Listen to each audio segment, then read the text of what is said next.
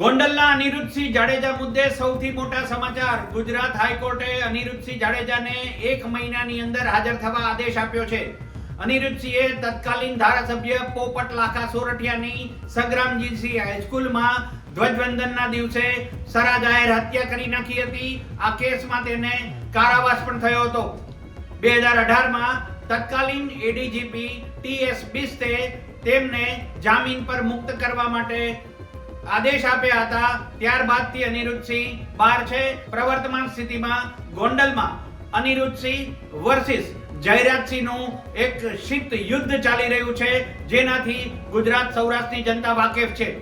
આપને જણાવી દઈએ કે અનિરુદ્ધસિંહ જાડેજા અને તેમના પુત્ર રાજદીપસિંહ બંને કેટલાક લાંબા સમયથી અમિત ખૂંટ હત્યા કેસમાં ફરાર છે. ગુજરાત હાઈકોર્ટે અનિરુદ્ધસિંહને 1 મહિનામાં હાજર થવા આદેશ આપ્યો છે.